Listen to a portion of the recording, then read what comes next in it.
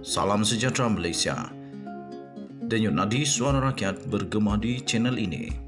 Sebelum kita mulakan berita pada hari ini, jangan lupa tekan butang subscribe, like dan share. Sila tinggalkan komen anda.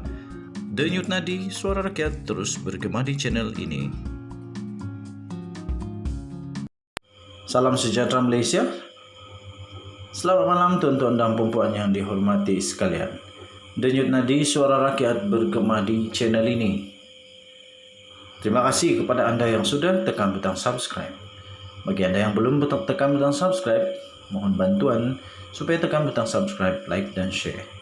Berita menggemparkan seluruh Malaysia dipetik daripada kosmo.com.my. Disahkan Najib masuk hospital Kuala Lumpur.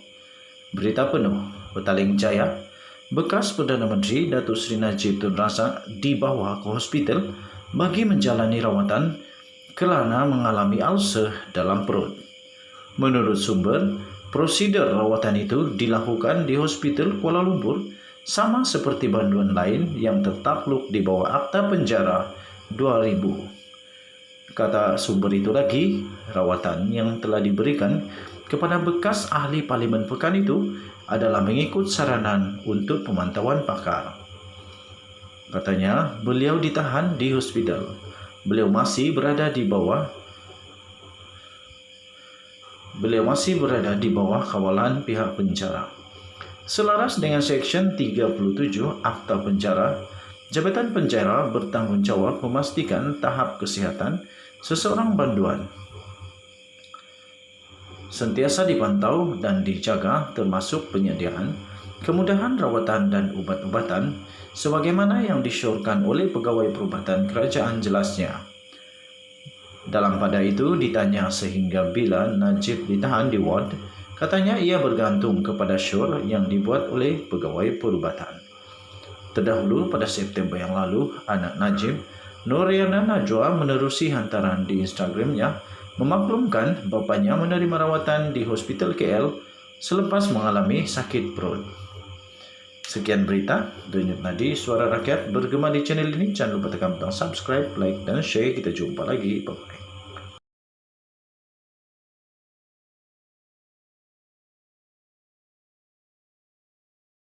Salam sejahtera Malaysia. Denyut Nadi Suara Rakyat terus bergema di channel ini. Terima kasih kerana anda sudah bersama-sama dengan channel saya. Bagi kamu yang pertama kali, saya mohon untuk tekan butang subscribe, like dan share. Bagi yang sudah tekan, saya ucapkan terima kasih penonton-penonton daripada Singapura, daripada Malaysia, daripada Indonesia, daripada England, daripada mana-mana. Sila tinggalkan komen kamu dari mana? Ada mungkin dari Sabah, dari Sarawak. Saya mohon untuk tekan butang subscribe dan tinggalkan komen kamu dari mana. Barulah saya semangat buat konten. Sepanjang beberapa hari ini tuan-tuan dan puan-puan, perkara yang amat mengejutkan menjadi trending dan menjadi buah mulut semua manusia di Malaysia adalah tentang ketirisan wang kerajaan sebanyak 500 bilion ringgit Malaysia. Bukan sedikit, tapi 500 bilion. Sehingga pada 1 Disember hari ini dikeluarkan. Walaupun begitu, ini satu berita throwback sebenarnya. 17 November 2022. Semua nak sumpah. Perincikan pada rakyat mana 500 bilion itu. Dengan tajuk ini saja saya sudah setuju. Jangan jadikan sumpah itu sebagai satu trend untuk mengelak daripada memberikan perincian yang terbaik kepada rakyat.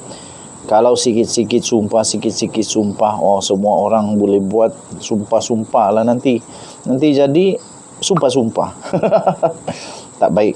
Yang lebih penting adalah untuk perincikan pada rakyat, beri penerangan, pencerahan kepada rakyat di mana 500 bilion itu.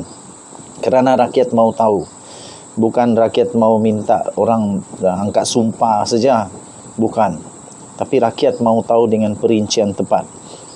Ini diminta oleh Datuk Seri Anwar sendiri. Datuk Seri Anwar Ibrahim meminta supaya Tan Sri Muhyiddin Yassin, bekas Perdana Menteri Malaysia, untuk memperincikan di manakah perbelanjaan sebanyak 500 bilion wang negara kepada rakyat negara ini. Saya setuju tuan-tuan dan puan-puan. Tan Sri Muhyiddin Yassin perlu bertanggungjawab untuk memperincikan perkara ini. Pengerusi Pakatan Harapan itu, iaitu Datuk Seri Anwar Ibrahim, Perdana Menteri sekarang itu, berkata, perbelanjaan yang begitu besar itu membabitkan negara dan perlu ada tata kelola serta pentadbiran harus dijelaskan secara terperinci kepada rakyat. Apa pendapat kamu? Saya setuju kalau saya. Perincikan. Sekurang-kurangnya orang kampung yang tidak berapa paham, tidak apa. Tapi sekurang-kurangnya ada orang-orang bijaksana yang tahu menilai, yang tahu untuk menerangkan kepada rakyat. Katanya Muhyiddin tidak boleh hanya bersumpah dan menafikan menggunakan perbelanjaan itu, sebaliknya kena jelaskan kepada rakyat. Kata Datuk Seri Anwar Ibrahim, hari ini Muhyiddin sumpah tak ambil duit kerajaan. Soal negara, soal tata kelola, pentadbiran, sumpah tak makan duit. Kena siasat, berapa harta kamu ada? Ini senang, sikit-sikit semua sumpah. Aduh, sikit-sikit sumpah, sikit-sikit sumpah. Mana boleh, kata Anwar Ibrahim. Kena jelaskan kepada rakyat. Katanya ketika berucap dalam program Jelajah Selangor, Parlimen Sungai Buloh pada ketika itu. Terdahulu bekas Perdana Menteri yang juga pengerusi Perikatan Nasional itu bersumpah tidak menggunakan wang kerajaan walaupun 1 sen ketika pentadbirannya. Isu berkenaan timbul selepas pengerusi daripada Pakatan Harapan Malaysia Melaka, iaitu Adli Zahari, memaklumkan gabungan itu akan menjalankan siasatan terhadap Tan Sri Muhyiddin Yassin berhubung dakwaan membelanjakan sebanyak 500 bilion ketika pandemik. Jadi saya setuju. Datuk Seri Anwar Ibrahim punya pendapat itu betul. Jangan sikit-sikit sumpah. Jangan sikit-sikit sumpah. Tapi perlu jelaskan dengan terperinci kepada rakyat. Ini betul-betul perlu. Kerana ini bukan duit sikit. 500 bilion itu bukan sikit. Dan itu dibuat ketika itu dibelanjakan ketika pandemik. Ketika pandemik. Jadi perlu diperincikan tang mana duit tu hilang, tang mana duit tu diguna, tang mana duit tu dipakai, tang mana duit tu diberi. Hak tu yang perlu penting sekali tu.